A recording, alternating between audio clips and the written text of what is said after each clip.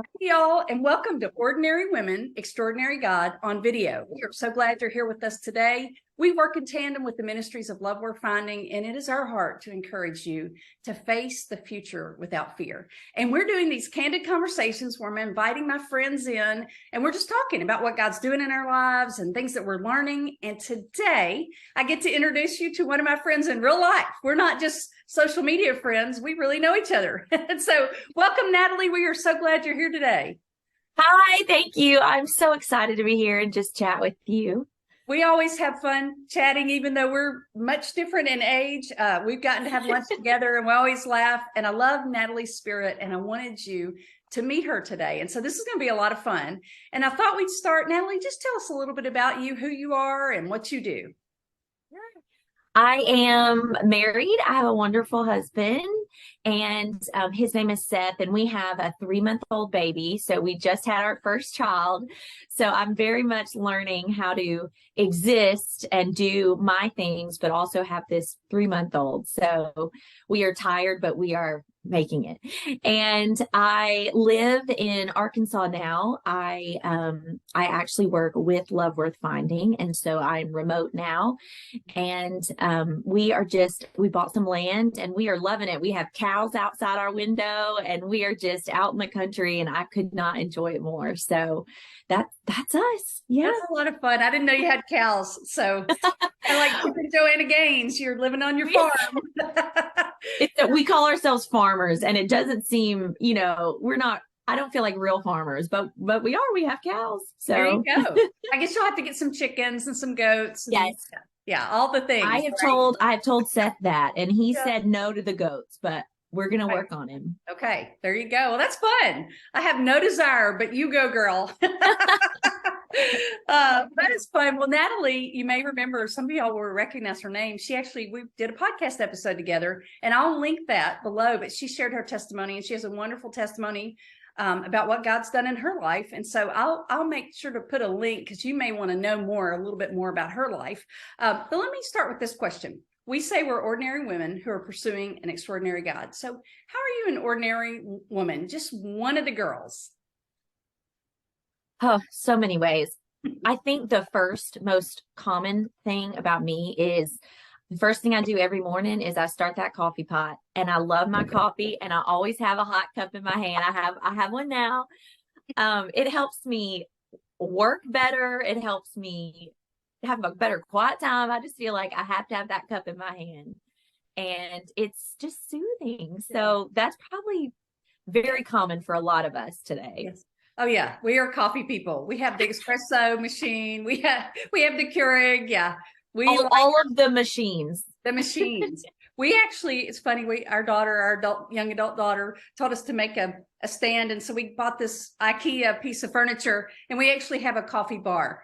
And so yeah, I'm pretty impressed. But that is impressive. It's all coffee, so it's great. Ours is a little corner, and we call it the coffee corner because it has, the coffee grinder, the coffee machine, the espresso machine, all of it right there. And so we meet in the coffee corner in the morning. There you go. So, I like that. Well, I think a lot of people can relate because, a lot of us are coffee drinkers. Some of you might like tea, but we do like our warm substances early in the morning. It helps start the day, doesn't it? Yeah. Absolutely. Yes. Well, tell us this. How has God been extraordinary to you?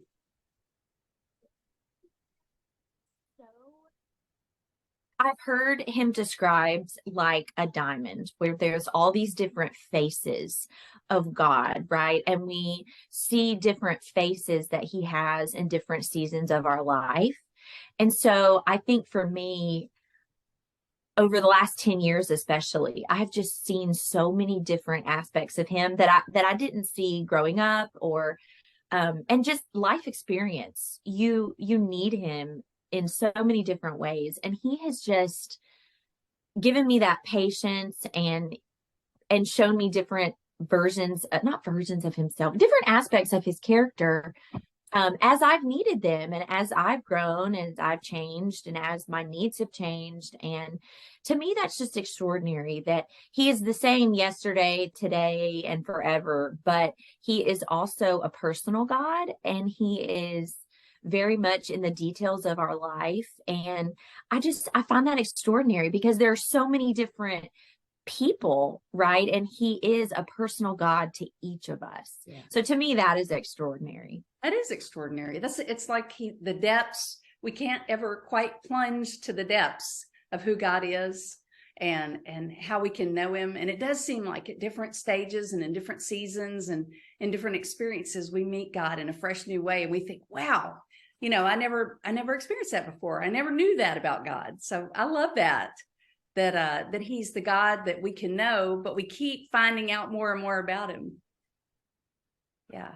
Yeah. This is a new season of my quiet time doesn't look quite as put together. And I feel like every time I open my Bible or open a book, I get about 2 minutes in and I get interrupted now. So just learning how to have that intimacy with the Lord, but it kind of looks different right now. Yeah. And he's not mad at me. He's just here with me, helping me figure it out as I go. Absolutely. I told somebody the other day, we have a 5-month-old puppy. And I have the same I've seen pictures. I've seen pictures. Well, he's really cute, but in the morning, he's got to eat, then he's got to go out. And so my quiet time has changed too, because it's interrupted so much. And so I'm learning to pray differently and pray before I get out of the bed and he knows I'm awake. And, life is full of those opportunities where we get to transition and make changes and kind of adjust. Right. Listen, I'll tell you, puppies and babies have a lot in common. And I have actually learned that recently.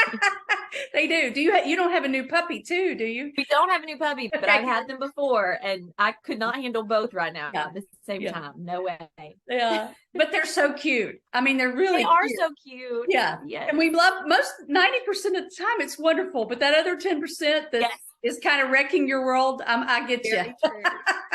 Yeah. We were laughing last night. Our puppy gets the zoomies. He's a little miniature Australian Shepherd.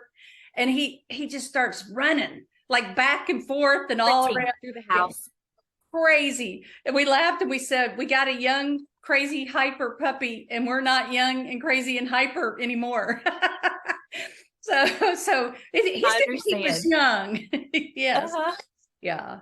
Well, and I think with kids, especially, I can remember when my kids were little, you just have to get creative with your quiet time and your prayer times and you find God in a whole new way. You realize he's like a father. He's a patient father, just like we have to be a patient parent. Yeah. I've learned a lot of patience when I look down at that little baby and think, you have got to be kidding me. I have done all the boxes are checked right now. What is wrong? And you just have patience. Yeah. And I'm not the youngest mom that there is. And so I feel like I'm more tired than I would have been if I had done this 10 years ago. But I'm making it. Yeah. Well, you're doing great. You keep going, girl. You're doing well. Well, let me ask you this. What are you excited about in this year? What are you looking forward to? What are you anticipating? It's funny. We just recently moved. My husband took a new job not long ago. We have this new baby. And I think one of the things I'm looking forward to is just getting in a really good rhythm with being a mom, being a wife, and just living life. I feel like we did a house remodel, but right before we moved also. So we've just been living out of boxes. And so I think this year I really see a lot of just hopefully, I know plans change. Yes. Hopefully we don't have plans for a lot of change and just kind of that stability and doing normal things with nothing crazy on the radar, hopefully. And it's okay to have that as a goal.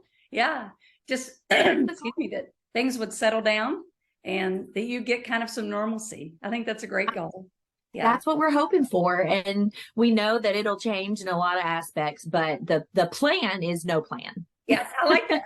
And you're in that season of life with all that you've been through. And I'm sure people can relate. There are seasons where we want more excitement, but sometimes we just want normal and we want quiet and we want stability. So a lot of people will get that and understand where you're coming from. Well, and that's a shout out, Melanie, to your study, Just Rest. I just started that a few days ago, and I feel like that's what I need spiritually and physically and mentally is the just rest. And so I recommend it to anybody. I'm just a few days in, but it really forces you to focus and get your thoughts on resting. And I need to be walked through how to do that. And your study really does that. Thank you. Thank you. I had to go through it when I wrote it. And so, yeah, I mean, you don't write something that you don't live yourself. But yes, very true. I think you're bringing up a good point. As women, we have seasons, and there's some seasons where you need to slow down and you need to get your life in order, and you need to not try to be taking tons of trips and going places. You just need to get some structure in your life. And then there's other seasons where you got to step out and do new things and try new things. And so, there's not a wrong or right, but we definitely, as women, have different times and seasons in our lives. Haven't you seen that? Oh, I've seen that. And recognizing which one you're in, because I think you can look at your peers around you and say, well, I want to be doing all of that. She's doing all of that. And she's doing it so well. And recognizing that's not the season I'm in right now. And I'm going to have to wait.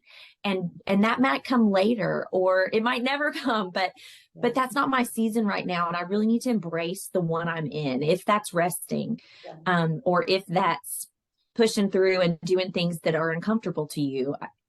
I feel like we have to embrace the one we're in and recognize it. Yeah, it's almost like you've got to get some blinders and walk your own road. Yes. Mm-hmm.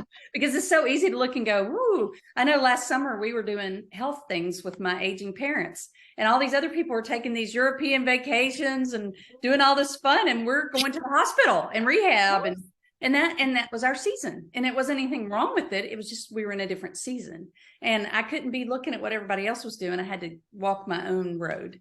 And it's hard. I love that. Blinders. I just need to stay in my lane. Stay in your lane. Yeah.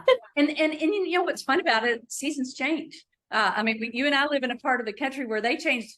It's 40 degrees warmer today than it was last week. It's dramatic. Very dramatic. And life is like that. Life has those moments too. So that's a good word, that you're learning to just be content in the season and the place where trying. I'm not great at it. Well, at least you're trying. It's your plan, right? Well, along the same lines, what do you feel like God's been teaching you? And maybe this is the lesson, or maybe there's something else, but is there something God's been showing you that you'd love to share that you think might encourage somebody else? Yes. I think one thing being early in the year, I don't read through the Bible every year, but I am attempting to do it this year. And just seeing his story of redemption really just woven all through scripture.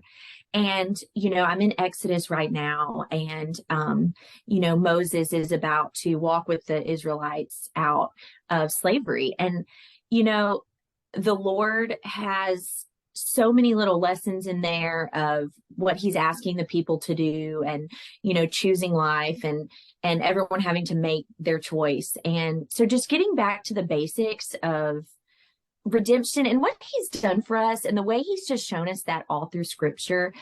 He's always drawing us back to him, and he is always wanting us to come back to him and walk with him.